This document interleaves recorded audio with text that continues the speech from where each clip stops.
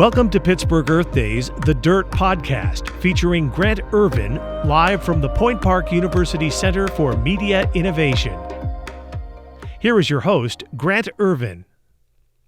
Hello and welcome to The Dirt Podcast. I'm your host, Grant Ervin, Chief Resilience Officer for the City of Pittsburgh. Today on The Dirt, we have Katharine Kelleman, CEO of the Port Authority of Allegheny County.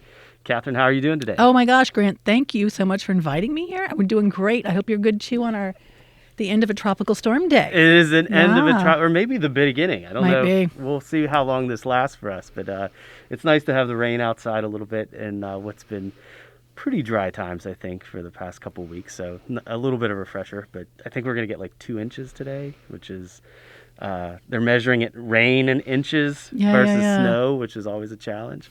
Hey, I'm super excited to talk with you for so many reasons. We got a lot to touch upon today. But maybe let's start the conversation off a little bit about who are you? Oh, who am I? This is deep and probing for like a Tuesday afternoon. For a Tuesday afternoon. Right. A couple things are interesting for me with your bio, but maybe a little bit, how'd you come to Pittsburgh? Let's talk about Katharine before Pittsburgh. Oh, yeah, the pre-Pittsburgh and post, that's both PP, right? That didn't help much. So I came here from Tampa, and the first job I got after graduate school was public transit. So rewinding, my father was a career military officer. My mother was a children's librarian, but in like a public school military base. My brother ended up joining the Air Force. My uncle in the Marine Corps. So there was a big tradition of your work isn't just like going out and getting a paycheck. It's what are you investing back? You know, what are you developing within your community, and how do you have that civic pride? So when I went to graduate school, I pursued a master's of public administration because it sounded like the curriculum was like all the stuff I wanted to talk about at dinner. I thought, well, that's a good sign, right? The town I was in at the time had 3 private universities, and I didn't want to pay that much money. So I applied to a state school 90 miles away, and I studied a lot for the GRE. Those books are super helpful. Right. So I got a scholarship. There's tomes. Oh my goodness, right? And this is so long ago. I'd like study and watch The Nanny. Like it tells you something about my life. So you're a fan of Fran Drescher? Oh my God, of course. Who was like? If you're not, I don't know if we can talk. She's amazing. She's fantastic. So I ended up getting a scholarship to the state school. So I was driving through West Texas, 90 miles each way. Like I'd go 45 miles and turn. Because everything's in straight angle. Oh my goodness, yeah. There was one stoplight and one restroom. Okay. At a Godfather's Pizza. But I can't. So it's Angelo State University. Go Rams! All right. They gave me a scholarship, and they got me the opportunity to get through the program. So when I graduated with a master's in public administration, I was a more attractive job candidate, and I wanted to do public service. And the head of the transportation department said, "Oh, I have a job. You should do this." And this is in San Angelo, Texas. Texas. Right. 5 bus routes, 5 vans. Okay. But you do everything. So a few years later, I met a department head from DART in Dallas. So I got recruited to Dallas. So I was there for 7 years. And that's Dallas Area Rapid Transit. Dallas Area Rapid Transit. Now they have the largest light rail system in the country. Wow. Right. It's a 700 square mile network at the time that I was there. It's been really interesting to have been there and then like see what they've done and I don't want to say what they haven't done because they've done so much, but it's, you get that perspective. From there, I was recruited to Baltimore, which is the Maryland Transit Administration. It's a branch of the state DOT. So no board, very different budgeting process, but an old school legacy system, an old school East Coast legacy system. Like there's bus stops or streetcar stops in 1930, and we have a lot of that too. So you already had a diversity. Yeah. Small rural system or just small town? It was a small town. It was like a teeny urban. So the city was 90,000, and rural would be like a city under 50,000. Now, the town was 90,000. The county was 100,000. The 11-county region was 110,000, right? This is West Texas. West Texas. I learned about marking sheep, which we're not going to talk about. We have time. We can. No, we don't. Okay. I went to a country vet. And when I got my cat fixed, she came back with all the skin knotted up, and I called the vet, and I said, "What did you do?" He said, "Well, I goat stitched her." I said, "She's a cat." He's like, "I'm a country vet. That's all I do." She came out fine. That's how we do it out here. So, but I'm very grateful for the experience of having been in Texas. It was not somewhere else like I had lived before, and the West is different from other places, so it was very cool. So left there, went to Baltimore. Baltimore for 2 years, got recruited to Tampa.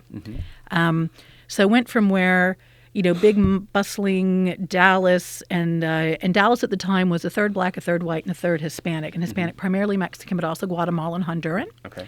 And then Baltimore, the city itself is, well over 60, 70% Black. The county has different demographics. And then going down to Tampa, which also had different demographics. And my Spanish I couldn't use, right? Because my Tex-Mex Spanish, Puerto Rican and Cuban. Oh, yes. Yeah. So I had to learn new Spanish. It was very interesting. But went there, direct report to the CEO, and ended up becoming the chief operating officer. And then this is in Tampa now. In Tampa, yeah. And then the current CEO said he was retiring the week I came back from maternity leave. I know, right? It's no stress. Right. And so, only Nixon. Now that you're back. Yeah, he's like, I'm retiring. He was from Texas, too. Okay. And there's Philip Hale. And but he trusted in me and he believed in me in a way that I didn't see it in me. And he's like, you're going to be fine, kid. He goes, someday you're going to take over a big agency. That's awesome. So thank you, Philip. Thanks, boss. And ended up the CEO there. And after about 3 years, so our kids were born. It was hot. We were established, right? Like things were good. We didn't have to leave, but we wanted to go.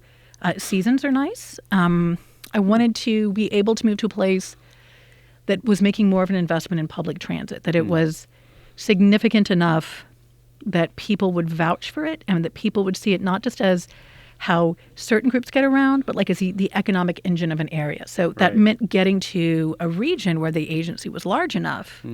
So the headhunter calls me. It's the summertime of 2017. He says, hey, are you ready to move? I said, I don't know. Because previously this guy had spoken to me, said, you can move up.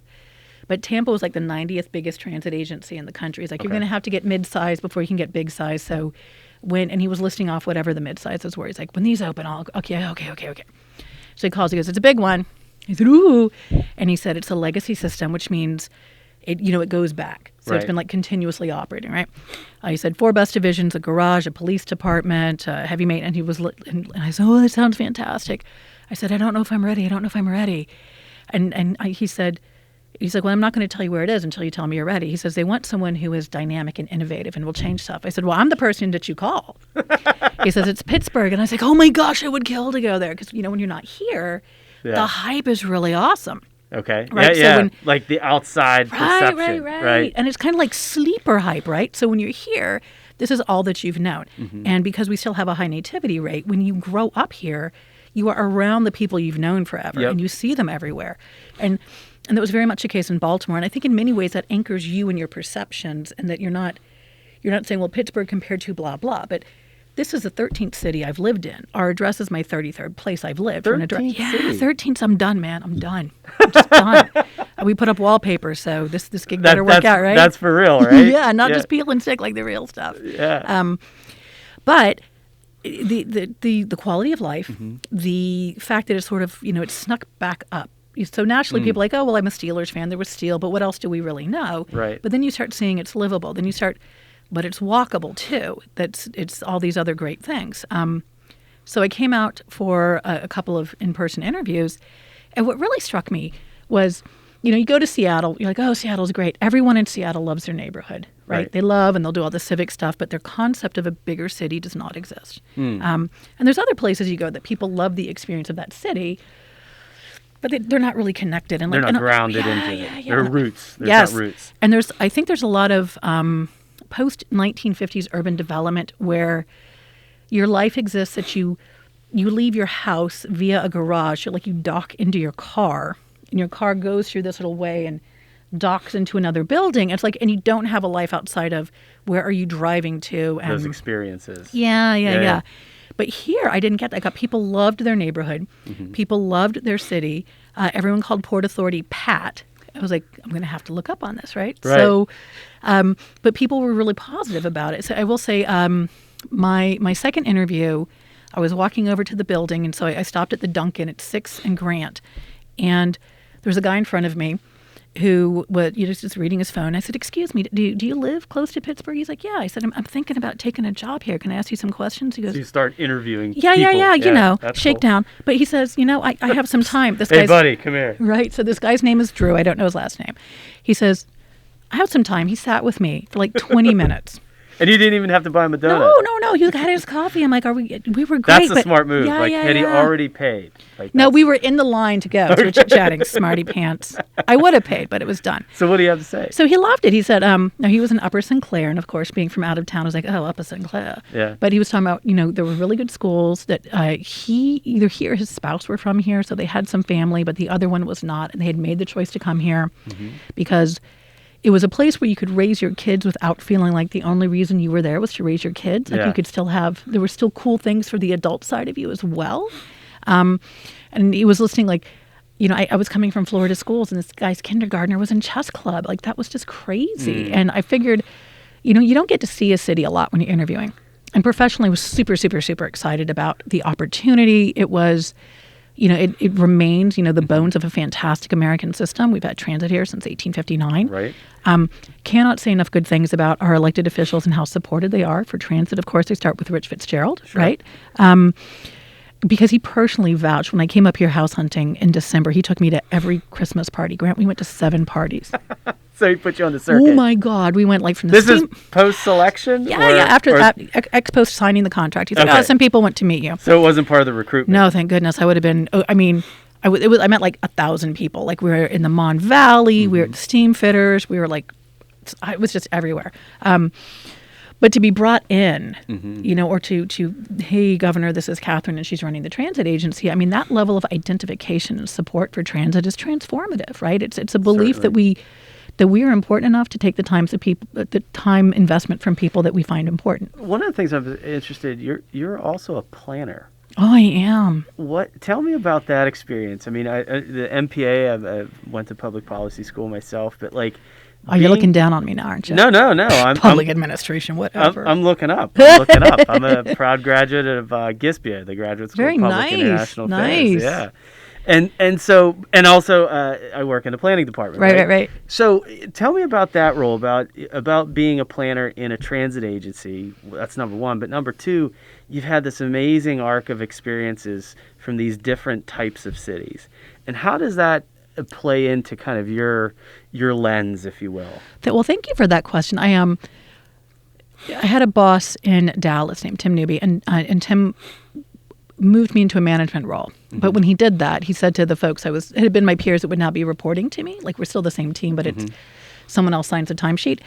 He's like, look, let's be clear. I love planning and scheduling, and you always stick with your first love. He's like, so I'm always going to be asking questions and I'll always be here. And I thought about that a lot, and that he had been, a really, really good leader for me, but he would say it was okay to still like this. It was okay to still be involved in some of these more granular decisions, right? So that was a thing that I took away with it. And so I feel bad for our planners and schedulers because I'm like, oh, yeah. This is my jam right here. Yes. Yeah. But on the flip side, I would argue, so I don't think I'm really outstanding and amazing. My husband's supposed to say that, right? That's his job, yeah. But I think that what I'm good at and what I focus on was what Pittsburgh needed at the time. And I think in 2018, with what was going on with BRT, we needed to take a really big dive into how is it coming together. And having been the planner who says the routes are going to go here, and I can dig through all the data and I can do my GIS functions, and then working more through scheduling, definitely at Baltimore. Baltimore was such a big system, and you'd been running the same alignment forever, that the big magic was in the scheduling of how to pull it together, where were the connections. And then the scheduling also, how do you take a timetable and turn it into what someone's driving every day? That's the magic. That's really fascinating. So having that footprint, I had a head start on coming in. So I remember taking our schedulers and asking them, so walk me through BRT. And there were a lot of, we decided this, and then we did that. And I said, well, if we could start from scratch, what would you do? Sure. And they said, well, what do you mean? And I said, well, if you could do whatever you wanted here. In terms of the system. Yeah. In BRT, like if you were going to build it, so we should also describe, what is BRT? Oh, Bus Rapid Transit. Thank you. Yes, so it was, I hear Gary in my ear. I don't, but right? But it was, is this meeting the needs of the community? And was it one of these sandwiches if you had all these, things sort of iterated? And if I didn't have that background, I wouldn't know. Now, I'd say I've spent a lot of time in operations. I have safety boots in the back of my car. Love going out to divisions. I would never tell someone how to drive a bus. Right. I could not tell you deep down maintenance dives, but I could figure out what support a really awesome maintenance team needs. Mm-hmm. So if I hear from Nicole, who's the foreman down at South Hills Village, or Shayna over at East Liberty. Shout out. I know, right? Shayna was one of my first friends here. She was when I went to East Liberty at 4 a.m, the mechanics I talked to were like, I don't know what to do with her. Take her to Shayna. So poor Shayna's like, who is this woman at 4 a.m? Why is she in my garage? But when I hear from the foreman and here's a concern, here's something, I need to be able to understand it. But having that planning and scheduling background, I think if you're talking about different ways to serve somewhere, it's a really great skill set to have. If we were swimming in capital, it probably would make sense to have more of an engineering focus, but we're not. So you have to kind of get crafty. And being a planner helps that. Yeah. Because it's a lot of conversations about like what's the next thing. And then there's also the a little bit of the data implication. So again, in 2018, there was this conversation of should you put police on the train to do fare enforcement, and value judgments aside, how many people aren't paying their fare on the T? Because we've got, you can pay off board, you can pay on board. But from a planning perspective, if I don't know that data set, I can't, you can't make you just don't even know where to start. So we did data collection at several stations. And it turned out something like 97% of the folks coming onto Port Authority vehicles were tapping their card, or they were flashing it. So of that last 3%, there were people like me who always just say, "Hey, Lionel," and then and they know who I am. Yeah. You've got people who are doing fare evasion, but 3% that's in line with shrink in a lot of major retails, right? Sure. And so the question, that's revenue. Yeah. So the question becomes, well, what is the cost of that 2%? And even if you deployed your police force, we have a very small police force, and they should be focused on interacting safely with our communities, and they've really stepped up in that area, and then securing our assets, right? And if you're going to reallocate those police over, how much are you spending on their training and intervention, and are you getting the whole 3%, and you're not? But from a planning perspective, you start seeing what is my data and where do I slice it? And where's it sliced? Yeah. I want to come back to that in a second, but just to back up a little bit, tell me, for the layman, somebody that's never been to Pittsburgh and know that we call the Port Authority Pat. Tell me about the system. What is the Port Authority? Oh, thank you. So Port Authority is the transit agency serving Allegheny County, and we operate the buses, the light rail, which is affectionately known as the T. We own both inclines, but we directly operate the MON. The Duke is operated by a historic society. And we also contract the access services. So these are the van-based services, and we're sort of a clearinghouse for paratransit. Now, paratransit is a complement to fixed route that if you have a cognitive, physical, or developmental or other kind of disability that precludes you from using the traditional bus, you can book over onto access. And this could be, I use a mobility device and there's no sidewalks in my neighborhood. This could be, I had a stroke and I can't go up a 3% grade. This could be, I have a condition which is temperature related, and so when it's over 90, I can't wait outside. I mean, there's a lot of things it could be. It could be I am in early stage dementia, and if I go out on the bus, I can't guarantee I'm coming home. It could be developmental disorders that if somebody can ride the bus just fine, but if there's a detour, or if if Babyland was, for instance, what they always used to orient themselves, and now it's a key bank, this person can't figure out where they're going.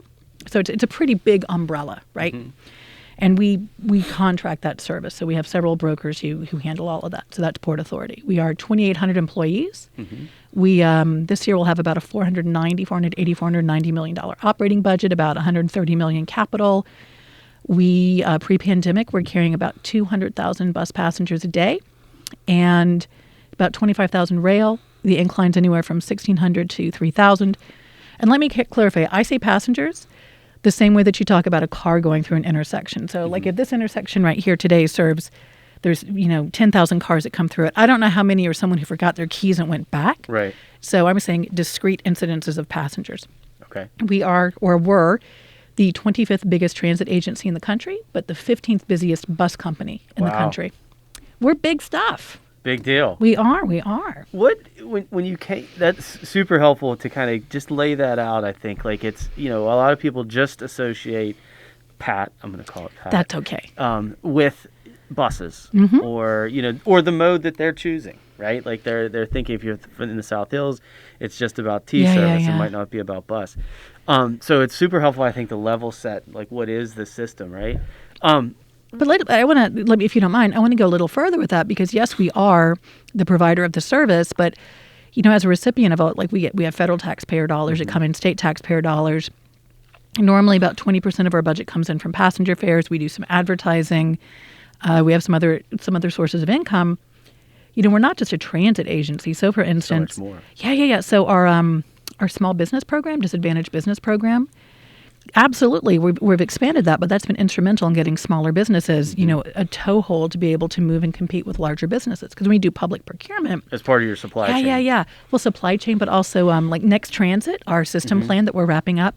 I think we had a 28% DBE goal from the vendor who provided that. So every single service affiliated with that contract brought on a smaller or disadvantaged business, but now they've got that on their resume. So we're building back into our community that way. As a major economic driver, not to get people from A to B, but Right. So we did an economic impact study back in 2018. For every dollar that comes into Port Authority, 2 to 3 more are generated locally. So we're totally an engine for that. For employers, for people 18 to 35, that's like 20% of Allegheny County, but that's 30% of the folks who live within a half a mile of a bus route or a light rail. So for employers, being close to us makes sense. Property tax. Properties close to a T-line are, Louise, I want to say it was 5 to 14% more valuable, 6 to 14% more valuable, but being close to the bus stations, 7 to 20% more valuable. So that's about $100 million extra in Allegheny County that goes to schools and police that we generate. So we're an engine there.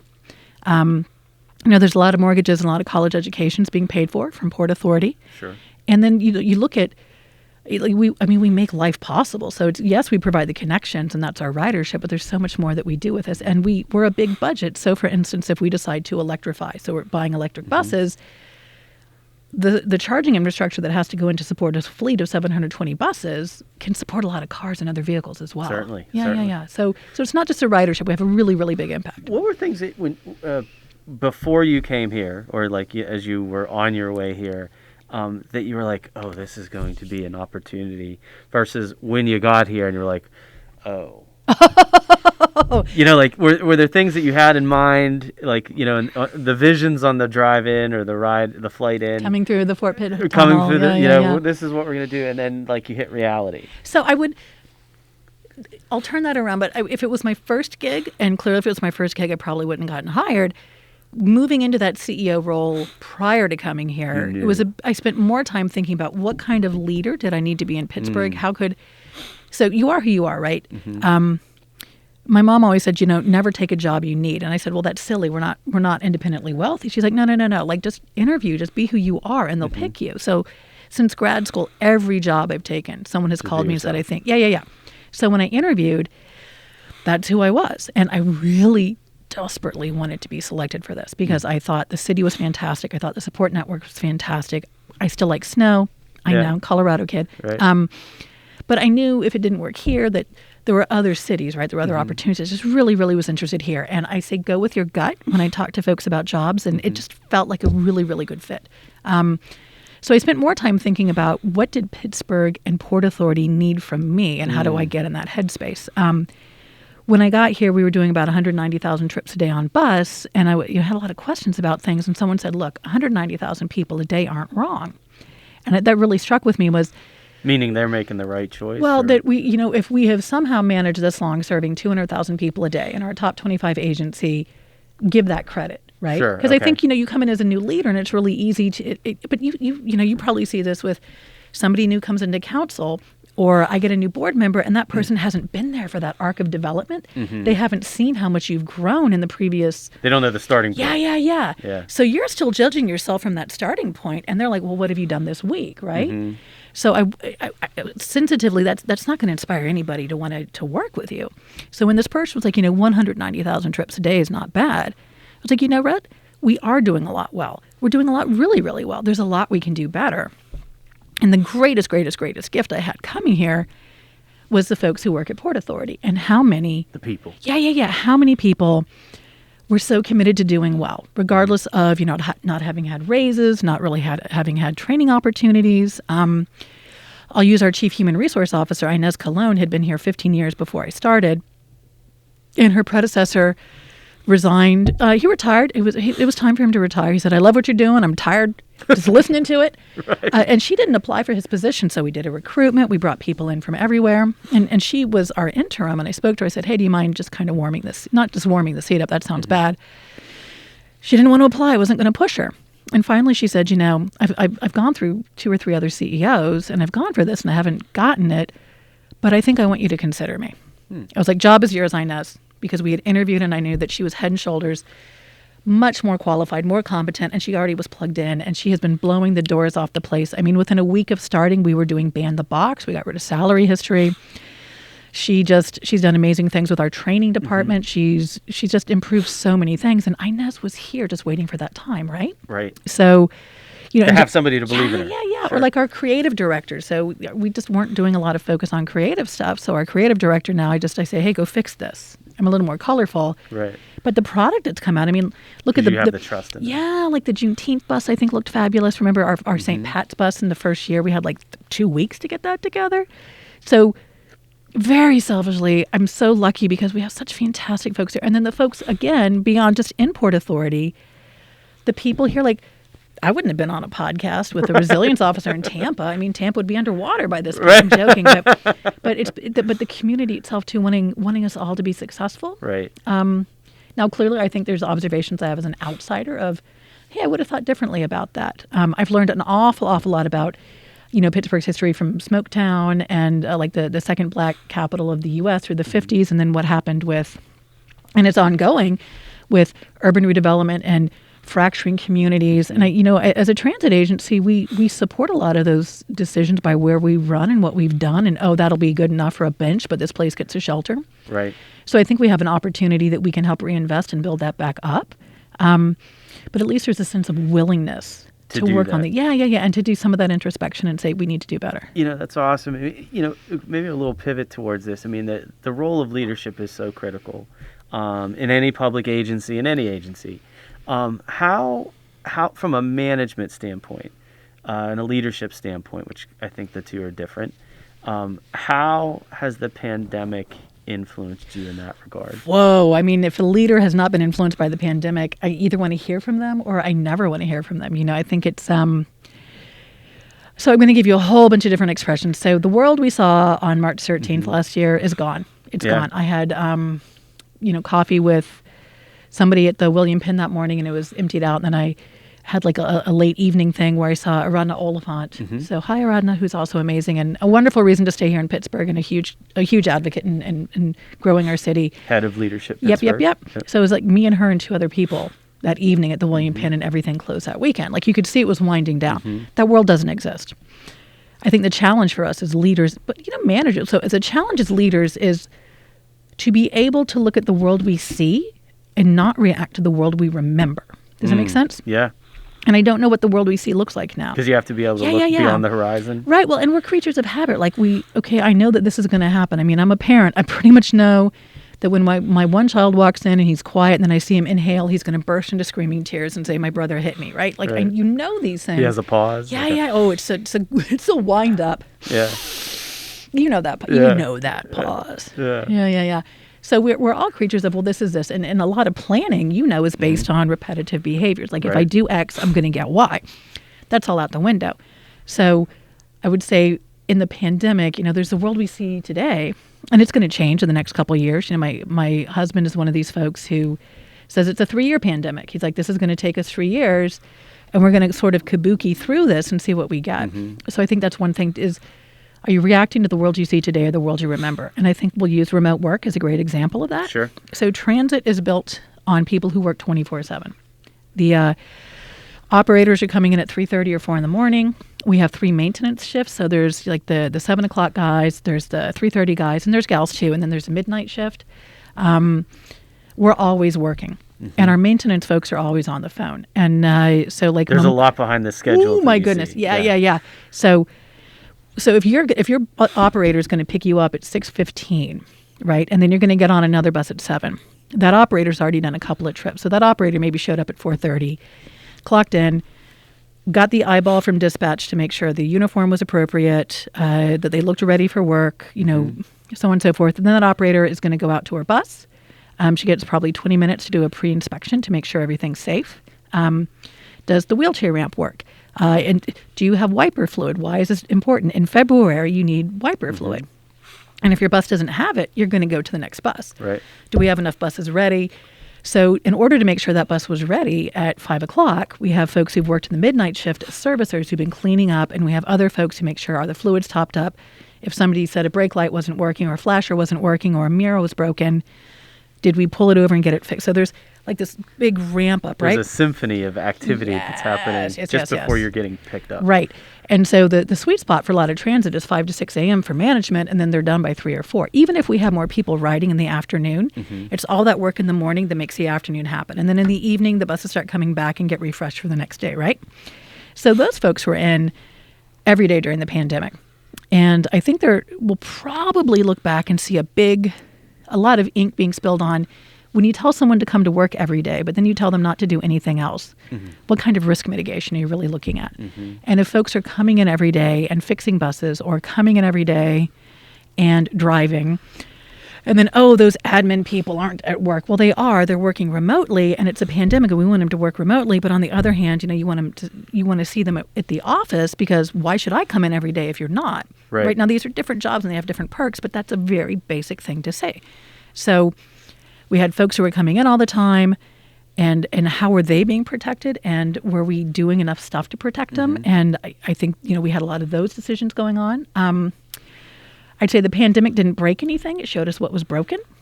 That's a good point. I got that from someone last year. I'd say in terms of the systemic injustices. Yeah. Like, remember all these conversations we had last year about essential workers, right? And then we were really focused on, honestly, 2 years before the pandemic, in the same circles where people would have been like, oh gosh, you're just working at Giant Eagle. Oh man, you're just driving a bus. Well, I'm a fancy pants in my fancy pants car. Right. Now we're like, whoa, these people are the way that I can't get my food. I can't get to A to B. These folks we're not isolated, and every role needs to be played. I'm the CEO, but if I had to fax something, like people still do that, I wouldn't know how to do that. Right. So who ends up being more valuable when a fax has to go out? Sure, not me, right? I can't drive a bus. You don't want me to. We're self-insured. I can drive a train, which is really difficult, but I'm less likely to run into a car. That's Yeah, Fixed so Fixed Guideway has their benefits. Goodness. Sure. So we all bring different things to the table that we do. We all have different roles that we play. But like, are we acknowledging all these things? And then I'd say also is so it's what about the healthcare workers? It's this concept of how much do we pay people to do these jobs? Like, how much money is enough money to go to the grocery store when there's no vaccine and get paid to stand behind a register and deal with people? Like, and if we have historically devalued these positions, like right now we have a nationwide hiring crunch. So what is the issue? Anyhow, so that's not transit stuff. But the other thing, but it's all interrelated. It is. And then I'd also say, as a mom, I dealt with COVID really differently. So our kids were in first and third grade last year. Okay. And I even have, my husband has not gone back to work since we moved here, because at first, little one, and then get settled. And then even with a stay-at-home parent last year, it was extremely challenging. Like, how do you get a 6-year-old to pay attention to remote learning? So he's doing the teaching. Yeah. Well, he's trying to do the teaching, and then the kids are isolated and they're melting down. And I'm really lucky. I have people I work with who have children who are 1 or 2 that the daycare shut. And I think I was in a mentoring thing last year, and one of the people was, she was in Minneapolis, and she was super stressed out. She's like, I'm working 12 hours. I'm a private contractor. I have to make billings, and there's other people on our team who just can't work as many hours, and I have to pick it up. But then her colleague who has a kid says, there's no daycare. I work 6 to 2. My wife works 2:15 to 10:15. And then it's a mad dash on the weekend because I'm not taking my 2-year-old to the store. And he was just miserable. Like, he was shrinking away in front of us. It was just really challenging for both of them. You were talking about this before we went on air, though, too, is that you have everybody's schedule is not 9 to 5. Absolutely. And so finding ways in which to kind of manage that both as a transit agency as well as a parent, maybe share some of those experiences. Thank you, Grant, for that. So I think, for those of us who are decision makers, so often we are in the office and we make the decisions. It's normal. You make decisions based on your experience, and hopefully a good leader will find other experiences. So one comment I heard last year was someone said, well, I don't know why it's so hard for the office people to line up daycare. We ask our operators to do this all the time, but let's unpack that. Right. The office folks who their kids got there, and then the supply of daycare just completely folded on them. In the summertime, there are no daycare options for 7-year-olds, and no summer camp was being run. So first, you couldn't meet that capacity. But yeah, let's look at that operator I was just talking about. She's getting in at 4:30. If she has a child, she's got to drop that kid off before 4:30. So you go around. Yeah. So you go around the corner here to the Goddard School, and they open at 6:30, and that's our perception of daycare, right? Like it's 6:30 to 6:30. I don't know. Please, Goddard School, if I got your hours wrong, I'm so sorry. I hope I didn't generate some new traffic for you. And if I did, it was good. But that's not open until 6:30. Well, let's say. So where do you put a kid between 3 and 6, right? And people have kids. They go out on maternity leave. It's the human condition. We clearly want our species to replicate, we need right? This. Yeah. Yeah, beyond thinking it's good or bad, just like it's a thing. So if your kid's at 4 a.m. and if you're not around a parent who can help watch, or what do you do? Family member nearby. Yeah. So you're going to probably residential daycare, licensed, inspected, the whole nine. But just think about that life process of you're getting your 4-year-old, your child of indeterminate age up, and you're dropping them off at 4. Do you think, from a leadership, and I'm going to pivot this to a management question. Sure. How has empathy helped you? Well, first, I hope I'm empathetic. You'd have to talk you to are. the folks. You are. Talk to the folks I work with, right? I am anointing you as empathetic. Good. Having known you. I think it's one of your qualities that I've appreciated, I think, as a leader, in understanding the variety of these experiences. But, I mean, just to acknowledge yourself, how has that helped you taking kind of this bigger picture to the leadership and then your management decisions throughout the organization? Well, so I'll take that as a compliment. Thank you. It was. If you're not... I'm smiling, by the way. Thank you. Yeah. Okay, yeah, no, we can't see through the masks. Well, you see, like from a planning perspective, we talk about commute trips, we talk about this, we talk about that. It would be crazy to acknowledge that people travel differently or that people interact differently, but then you come to a work location and you don't acknowledge people have different motivational techniques, so you don't interact. I taught community college government in Dallas as an adjunct, and they spent a lot of time on different learning skills. And something that needs more teaching, by the way. I'm just saying. Yeah. So that, and then also like international communication, like, a student from, for instance, a student from country A. One of the best classes I've ever taken. Would, doesn't like to ask the teacher questions. So how can an American professor go out of her way to help make sure that student's successful?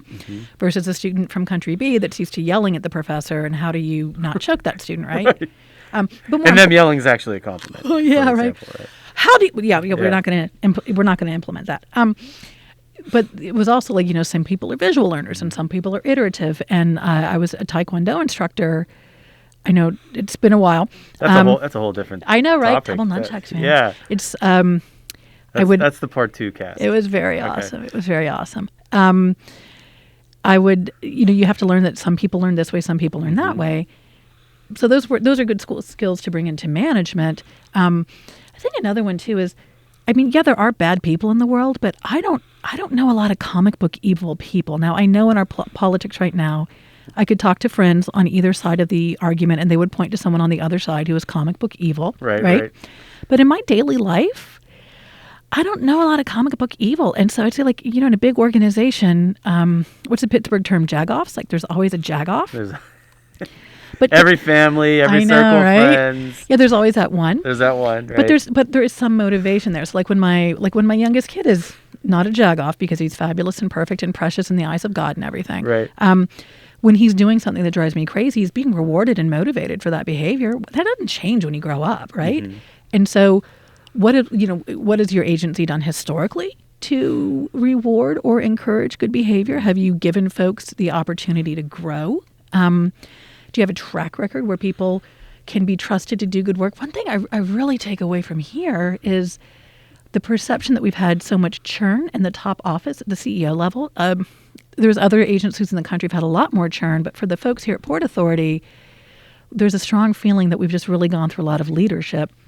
And how can we expect an organization how can you expect someone to extend themselves, to get out of their comfort zone, to give you their best if they don't think you're going to be there to help them see this project through and to support them, right? They need the continuity. Right. So I think a lot about that too. Like, how do you, what are the different things that different people need? And like, I've got people I work with that are, old school. Part of that's trust building. Yeah. Trust, right. And trust, not just for me, but for Port Authority. Trust is a bank you can't open. You make your decisions of doing your absolute best for the community that you serve. So we run the buses and the trains, but the communities own them. And you make the best decisions and you serve them the best you can. And occasionally something's going to happen and people say, and if you've built up that trust, you can have different conversations. So when if someone asks me the same question 5 different ways, I feel like they just don't trust me. Right. But if they trust me, we can go from that one answer and move on. And I think that's, especially in an agency where people build their lives around us being there, if they can't rely on us, if they can't trust us, what are we in business for, That's right? super helpful. I want to pivot the conversation a little bit here to some more technical aspects in the sustainability. So now we're space. talking about the planet. Good. Yeah. Well, now we're going to talk about the planet. Yeah. Cool. One of the fun things that you guys have been working on is this long-range plan. Maybe talk a little bit about what is it and what's the purpose from the rider's perspective. Great. Like what can we anticipate as Port Authority consumers? Beautiful. Thank you. So the plan is called Next Transit, but there's one T, so it's a mashup, NEX Transit. The website's nexttransit.net, or you can come to the portauthority.org website and get a link to it. There's a Twitter feed where you can go on and find this. We kicked off Next Transit back in January of last year, so right at the start of the pandemic. Oops. Good time to do a long-range plan, Well, right? so this is a good question. If not now, when, right? So the work has to go on. It does. And our previous plan, we had done one in the mid-aughts in concert with SPC. So we lack... Which is the Southwestern Pennsylvania Commission. Right. It's the 10-county... 10-county MPO. Metropolitan Planning Organization. Those were... that should be like a planner game show where we do like MPO. What was created under the Ice-T of 1991 for regional planning? MPOs. There you go. Yeah, so and I'll opine on that. So MPOs, like the point of an that MPO... That was a joke that maybe like 10 people listened to this. I know, but they're the cool ones. But it's comprehensive, coordinated, and continuing planning. Right. So the goal being that the city and Port Authority and the county and different municipalities don't all have different ideas, that they get woven together, right? So that would make sense for us to do a plan in 2004. But we haven't done a standalone transit plan. And if you don't know where you're going, how do you get there? I think that's a really big important thing. So that's also from the marketing department, right? Oh, yeah. You would think that. I'm sure that they're listening and they will come back and say, never say that again. But yeah, if you don't know where you're going, how do you get there? Right. And it's pretty basic. Like, someone enrolls in college and they have to declare a major, or somebody goes to a VOTEC and I want to become this. But if you don't have that plan, you're never going to get there. A long-range plan also should inform your budget. So, to me, a budget is not just what you want to spend. It's your value statement. Tell me what you believe in and show me your budget, and I'm going to know what you really believe in, right? And lacking a 30-year plan, how do you... So we can bond again in 2029. Should we buy rail cars? Is that the best and highest use of bonding authority? No one in the state of Pennsylvania has taken out a TIFIA loan, so that's Transportation Infrastructure Bank loan. What are some... Yeah. So what are some... low interest rates that we can pursue to get, to build the capital so we can build a system that people deserve. Transit has been much bigger here in the Pittsburgh region than it is now. Clearly, we could support more if we had the ability to... Ridership continues to... Yeah. So are we building that system that the region deserves? But first, what does the region want? Like, I know what I think is cool, but I'm one person, I'm one voice. So ideally, a long-range plan is going to let folks... from a planning perspective, what do? You weigh in. Is there a problem, or is there something you want to change? Yes, we want to have different and better options for transit, right? So in your meetings, you lock into, is the data set good? Can we agree on the data we're all going to use? What are the goals you want to see come out of this project? What are some things that get close to that? You come back. Did we hear you? Do we still agree on these things? So it's this really cool iterative process. And I'm glad we did it during the pandemic. Because this, we were talking about this whole thing on essential workers and why that's important. Pre-pandemic, I guarantee we would have had a very different conversation about what a transit agency needs to do. But during the pandemic, we were hearing from people because now our meetings were on Zoom, right? So now it wasn't, I have to get off work and pick up my children and decide if I'm going to take them to a public meeting where they're going to scream because I didn't bring a Lunchable, or am I going to go and try to get input? Now I can pick up my kids, or if I've even left the house, now I can go in on Zoom and I can see what you're talking about and I can weigh in. It's the same thing with our board meetings. Board meetings are 9:30 on a Friday. What's more democratic? People taking off their Friday morning, running their errands, dropping off, coming to the meeting, or people logging on from the break room on Zoom, right? Have you seen participation increase? Well, we saw a lot of online participation. Now, clearly, we will expect that the online participation is going to be like more educated, more affluent, but we definitely know that we heard from people online that we never were going to hear from otherwise. And we did do in-person events. So as things started loosening up, we did pop-ups at Market Square, pop-ups at Penn Mac, pop-ups in a lot of different places. So we could get that combination. We also reached out to a lot of community groups, right? So as we assembled our first list of projects and then we went out to community groups, what we heard from the Mon Valley was we had rated an extension of the East Busway really low, and the folks out there were like, no, this is a lot more important. And because of that feedback, of course, we still had the data to substantiate this, right? But we were able to elevate it in response with the community. So the number one corridor you see being identified for investment is Lawrenceville, Oakland to Hazelwood. Starts in the Strip because that's in motion, but it's Strip, Lawrenceville, Oakland, and over to Hazelwood Green. Yep. Number one corridor for investment. And I think the data would have been the same and indicated that we should connect the dots, but the number of extra voices chiming in the past year to say focus on this was different. So because people wanted to go from Lawrenceville to Hazelwood? Yeah, so we weren't getting as much, here's my commute trip that I'm going to take a couple days a week. They're thinking about new destinations. Yeah, wow. Or people were saying, you know what, now that I had the chance not to have to come in and decide whether or not to feed my kid, I'm going to tell you that my entire life is in East Liberty, but because of how the connections are made, I spend $200 a month on Uber. And we definitely heard that. We heard people saying, yeah, your bus starts at 4, but the bus runs every half hour. And to pick my kid up, take my kid to daycare, and then get over to my job training and get to my internship at 2, and my mom be able to get off work and pick up my kid, these transfers don't work for me. The multi-trip challenge. Yeah. And from a marketing perspective, who is your best investment? The current customer who uses your product 30 times a week and could go to 40 or 50, or the untried customer who might use you 5 times a week? Quick plug for the 75, which just happens to be a certain host's bus. There you go. And the thing that I love about it, we didn't always have the 75 in my neighborhood, was that now it connects destinations. Yes. So it's not just about kind of the end point, which is Waterworks or Southside Works, which makes a lot of sense kind of as a shopper. But it's like how it aligns, you mentioned the Hazelwood connection, right? Everything that's in between is a logical stop. Right. It's like it's a place people are going. Yeah, so you knit together logical extensions, because think about how useful is transit, and I'll spoiler, it's not.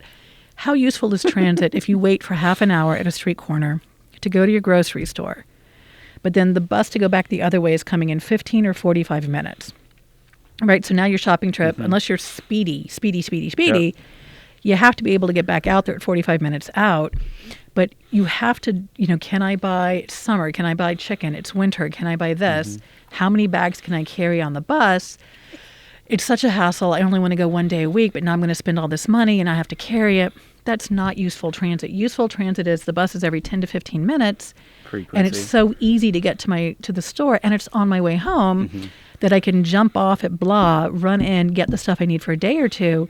Very much this 15-minute city. Yep. And there's walkable community, because when I get home on the weekend, and so again, our household cars are a hybrid and a PZEV, and we take transit. So I was saying my husband yesterday went to Southside. He walked from our house to the Red Line station, took the train, walked to concert, came home. On the weekend, we don't drive because we structured a life where we can do these little things, but we have to have the opportunity to get to these places where you don't have to load yourself up, right? I'm going to go off script here a little bit. So the 15-minute city concept has been something that's been fascinating with me. Talking a lot about it with kind of national, international partners. And for listeners, it's basically this idea that you have everything within a close proximity or accessible within 15 minutes, right? And it's a walking, biking trip. I've seen both criticism as well as accolades for that. And I'm interested from your perspective from the long range plan. Yeah. Right? Like, how does the two start to sync together? So I think, let's see, I like the idea that you can get everywhere really easily. There's certain neighborhoods where that's just not going to happen. It's not possible. So so I like to be in a really not super urban, but because we have little dogs and such, and I want to kick my kids out. But if you're in an urban area, you should be close enough to a park that you can kick your kids out. I mean, there's 15 million people in New York who somehow figure out how to do that, right? I have family members who really like that big yard, and they like to be removed from things, and they don't care if they have to drive because they leave and they do everything on one trip, and they come home and they nest. So I think you have different values that come back into that. I think it's more of an urban planning thing of land use decisions. Yeah. Which I've said like 45 times in this podcast. I'm so sorry about that. But so let's talk about that. We get a lot of requests for bus lines to connect people to routine medical services. So 2019. General practitioner. Yep. We partnered through one of the foundations on a project out of a university from California that was looking at could high-risk pregnancy women in the Mon Valley, what would happen if you gave them a bus pass? Like, what would happen if you could connect them to good prenatal care? And it improves their outcome. But if someone's getting on a bus and they have to go 45 minutes... What if you put the prenatal care in the Mon Valley? You have just answered my question. Yeah. So do we then start saying the extra dirt is a transit center? Should it be for parking, or should we be really looking at not just affordable housing, but pulling those things together? Because a bus pass makes a difference, but if you had to take 45 minutes, I have a sister-in-law who quit her job when she was pregnant because she lived outside of Cincinnati, and the path to get to her job was like over the river and through the woods. And she's like, if my car breaks down... Literally over the Rhine, yeah, probably. Right. Yeah. And see, I just did that again, the triple thing. And, for her, she said, I'm going to look for a job that pays less, but is closer because it's not worth it for me.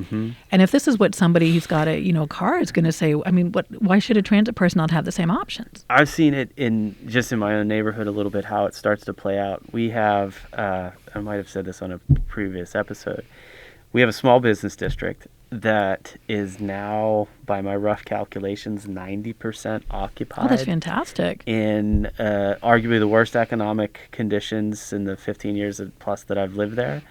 And it's a mixture of, small craftsman, artisan, beauty salon, doctor, acupuncturist, coffee shop. But it's people that have rediscovered the neighborhood. Yeah. And so that's going to be I think part of the conflict, right? Where you have a hub-spoke system that's built around the central business district. But as you have these nodes start to flourish and become more dynamic, how do you have those services in those communities? So this is a really good point. And an easy way to break it down is what do you need on the way home for dinner that would just make your life easier? So first place we lived in Tampa was a condo that was on Harbor Island. I remember getting there, someone would be like, "Welcome to the island." I'm like, in 2 hours there'll be a rainstorm and a axe-wielding murderer running around. But if I took the streetcar home there and I walked across the only little grocery area I could get to that didn't involve getting in a car, it was like $6 for an onion. So $6 for an onion. Like a Vidalia onion? Yeah, red no, and an onion's onion. and an onion's pretty central to most people's culinary stuff. So what are the one or two things you could pick up that meant you wouldn't have to make a second trip? So by way of comparison, I went to Rite Aid for sour cream on Tuesday, and my trip home was short enough that I felt like it was safe to take sour cream with me. My eating has changed in the previous 10 years, you can see. Right. But yeah, that's the thing. If you have to get back in the car. The sour cream was for pierogies? No. It was not. It was scrambled eggs. No judging. My elder son loves kielbasa and pierogies. Oh, is it? It's like, it's my favorite food. Cheers for the pierogies at the game. That's it. Yeah. They've been there. We're here. But what are those things that you need to get to, and how do you, what needs to be close to you versus what can be further out? It doesn't make sense to have a McGee Women's Center breast imaging location in every single neighborhood, right? And it might not make sense to have a really intensive prenatal, neonatal care place, but could you have a real easy pop-in clinic that could obviate the need to ever get to intense care because you were caught before you became hypertensive? Do you start to see that in the long-range plan? Absolutely. Absolutely. So We have a really great transit-oriented communities group, and we see a lot of good response to like Dormont's new zoning. I think is really fabulous. But we're a big That's the first time this has been said on this podcast. It's very exciting. Dormont zoning is fabulous. Go Dormont. Go Dormont. Yeah, right. But that makes a big impact. It does. And and what are people in Dormont saying they want? And if they're saying they want more parking, okay. But if they're saying they want to return to something where they feel comfortable, this is going to come out very educationally classes, but I read something recently that said, essentially, the reason people remember college so fondly is for most of us, it's the first and potentially only time we live somewhere walkable. Yeah. That everything was accessible. Or if you go to a military base and you're early on and maybe you can't afford a car or something, that your friends were within walking distance, food, entertainment, everything you needed you could get to within a walk. And how much of people making nostalgic decisions about their past comes back to, wow, I lived in this really cool environment and then never again. How much, you mentioned this earlier on in terms of the real estate value created adjacent to transit. How much can the Port Authority, I'm asking for a friend, work with local governments to help guide and develop that zoning requirements in order to increase ridership, which increases value, which increases tax base, which makes it more transit accessible, which reduces household costs. I mean, it's like there's so many benefits. Yeah, it weaves in well.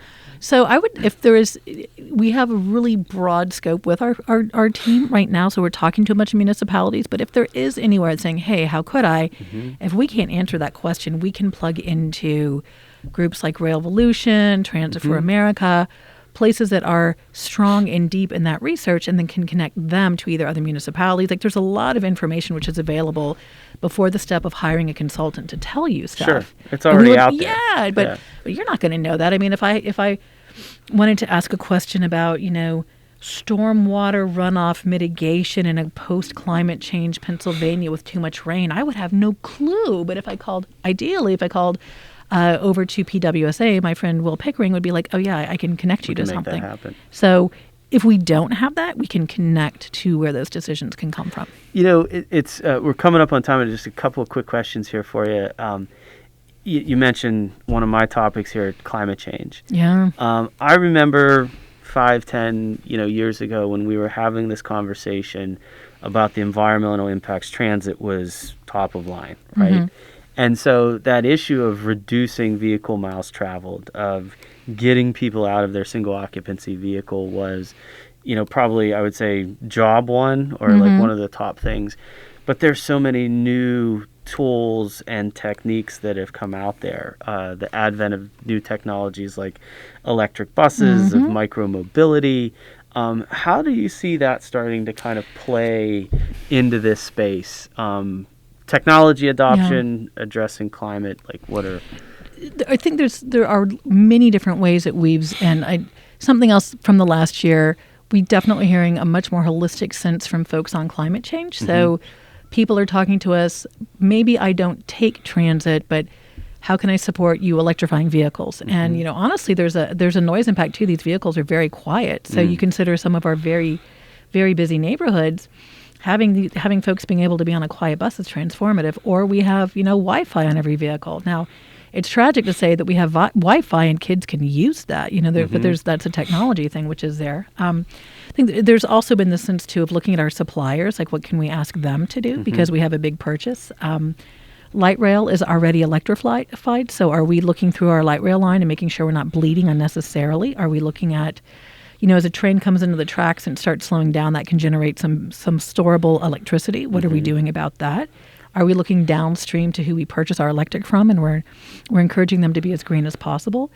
So I think it's a broader conversation too. But I'll point out two things that really, to me, personally, you can change your travel patterns. You can get out of your car, which is so much healthier for your mindset. And again, if we had more people riding on transit, we'd probably make it easier to invest in different things. I'm very proud of the network we have, and I wish we could do more with it, and we will. But there's still, if you're ordering stuff off Amazon, which I think we're all guilty of, are you getting it all delivered one day a week? Are you getting 15 trips a week because you just had to have that keychain? There's a bunch of these things. Are there part of the 15-minute city is if you don't have to start a vehicle to get to something. That's right. Then if you can go get that onion And I mean, I'm really lucky. I send my 9-year-old around the corner to go get bread, and he feels super important. And then we get bread. But, a mile walk, that's long for some folks. And 20 minutes to go get an onion is a little crazy. So where do you go with that? So I think there are a lot of conversations there. But two things I'll point out. In June of 2020, I think it was June 20th, we had a big overnight flood out at Overbrook. Okay. The primary backup was tracked This is along the T line? Yep. Was tracked down to a clogged grate. But we had so much unseasonable. So 2018 was the year that we had really awful fall foliage because it was so rainy and damp in the spring that the trees just couldn't get the leaves going. It was so rainy that the ground was saturated. So it's not the rain that happens, it's the repetitive stuff. So I was 2 times the amount of annual precipitation. There you go. Yeah. And I remember being on the phone the night of the flood and looking through my backyard, and there was this 3-foot sluice of just water coming through. I was like, something bad will happen. I get a phone call 1 a.m. We had lost 50 tons of ballast in 2 hours at the rail of infrastructure in Overbrook. So let's talk about a rail car is 100,000 pounds. A normal 2-car train is 200. Plus you put on people in winter coats. So at any point on the T, you have to be able to support 400,000 pounds. That's 2 trains passing. This intersection could stand 400,000 pounds of pressure and had lost 50 tons of ballast in 2 hours. We had 4-foot gaps under places of our train tracks. And we shut down for 6 weeks so we could fix the whole line, and then we could go out to tighten catenary, because when it gets really hot, the catenary sags and the train can't go. And as the summers get warmer, we have to address that. So that's the summer of 2018. That's climate change right there. So you can want to take transit, and transit's still going to get bit in the booty. And then I'll give you my other example is our famous, October 27th?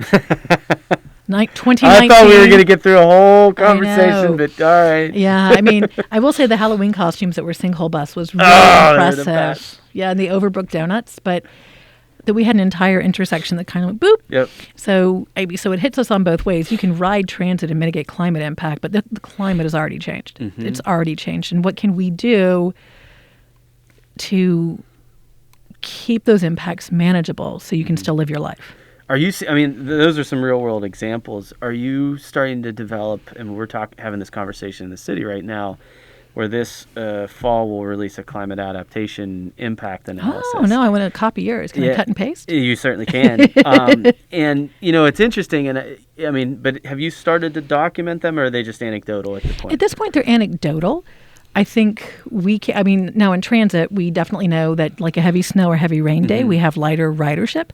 And it's been interesting, in this past 18 months, to parse out, yes, COVID has clearly impacted our ridership, but so did hot days, so did these days, so did that days. So you can see temperature fluctuations. But it's always been this way. I remember 20 years ago sitting in ridership presentations and someone saying we had an unseasonably wet February, and so our ridership was down 2.6% type of stuff.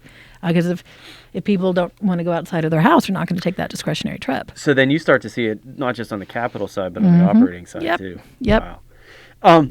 Just to wrap up here a little bit, because I think we could talk for hours, and we're definitely going to have you back and all that sort of stuff. But with the advent of all these new technologies that are happening and the impacts of climate change and the impacts of the pandemic, whether it's how you electrify a fleet or how you integrate other modes and systems into the transit agency, how are some of those things happening for you guys from a technology adoption standpoint, or what do you see as some of the hurdles maybe? Well, this expression, things go really slow and then they go really fast. So we're still in many ways in the really slow, but it's this sort of cumulative add up. So technology, fare collection. Let's talk about that real quickly. We just went live with Ready to Ride, so a big shout out to our entire IT team. And I want to say hello to Cheryl, our director of the customer experience, because yes, I know it's been Jeffrey and the folks been working on it, but Cheryl made sure everything got smoothed out. So thank you, and to Kathy and to everybody too. Thank you so much.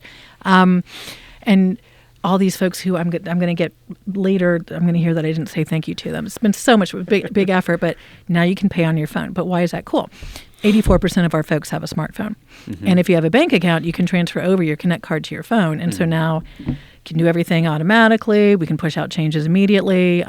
But if you don't have a bank account, we're working on the process where you can go to a grocery store, Quickie Mart type of thing. Is that an actual name? So like a convenience store. Yeah. Just Like a general. from The Simpsons, Yeah. Quickie Mart. Everybody has a Springfield. So Everyone needs a Quickie Mart. Right. But that you could show a QR code from your app and get it scanned, but then hand a 20 to the cashier, and that would automatically get added to your account. So now if you don't have a bank account, now you can participate in all the goodness of Connect cards and prepaid media, so on and so forth. And then we'll get a lot of really cool data about where folks are starting and going to. I'm not going to know, hey, this is Grant's phone, but I can see where that account is going around, so then I can build better solutions for that. More responsive networks, so on and so forth. And continuing to work on partners to see, are there places where we can administer low-income fares? What can we do for group fares? What can we do for employers? How to expand like real-time UPass? pricing activities? Or? Not that per se, but more like things that so we're really good at transit, and our funding streams are to get more transit out there. But other cities have programs where external entities might step up and say, we'll administer a low-income program, and the transit agency provides passes at 50% discount, 75% discount, but they don't have to get into how do I certify an income level? How do I certify need? They have a dedicated that partner. Agency, that's what yeah, because they're really, we're really, really great at transit. And as much as it would be fantastic to say, well, we are going to take our resources and do that, we couldn't administer that. And I would have barges of people from neighborhoods that we no longer serve coming in and saying, I want my service back instead. So, how do you move forward with these things? So that's one example, though, on technology, that making it easier so you don't have to walk 30 minutes to get your fare card. I've just saved you a trip. Right. I've just made your life easier. And I've also given you a way that you can do the prepaid media as opposed to cash at the cash register. So then that's improving quality of life. So that's one little technological thing that we don't think about as having an impact, but it removes a barrier to service, which and means ultimately improves the user experience. Yeah. And I'm really excited to see what goes on with, the future of e-bikes. I think those are really transformative for our market.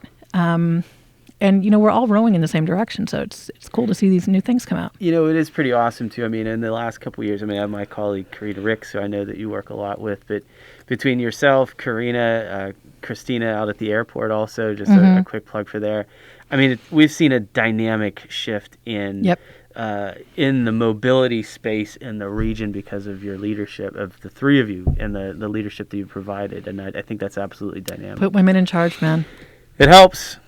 There's no doubt about it. Well, I also want to say, Christina has made a lot of work at the Port Authority easier because our region has already learned someone can come in from outside and have what you might think is a crazy idea, but they execute and a good thing happens. I definitely believe I have a lot less pushback because Christina was successful first, and also Karina, too, came in talking about things. And there's a lot of activities the city got into that had Port Authority been more responsive previously, we probably would have designed stuff differently, but the city tackled these things, and so we'd already gotten used to this mode of let's do it differently. So I feel like that had been a really great gift to be able to work with some really cool ladies like that. That's awesome. Well, thank you so much for being here for a guest on The Dirt today. It's been a fabulous conversation and great to spend some time with you. Totally enjoy it and really respect your leadership. Thank you so much, Grant. This was wonderful. Thank you for letting me ramble and again, I just think that this is a really fabulous place to live and a fabulous place to work. Awesome. Thank you so much, Katharine Kelleman. And thank you all for listening in to The Dirt today. I want to thank our folks at the Center for Media Innovation here at Point Park University and the Earth Day Pittsburgh team for helping to produce this great episode. And we'll catch you next time on The Dirt. Thanks so much and have a great day. Take care.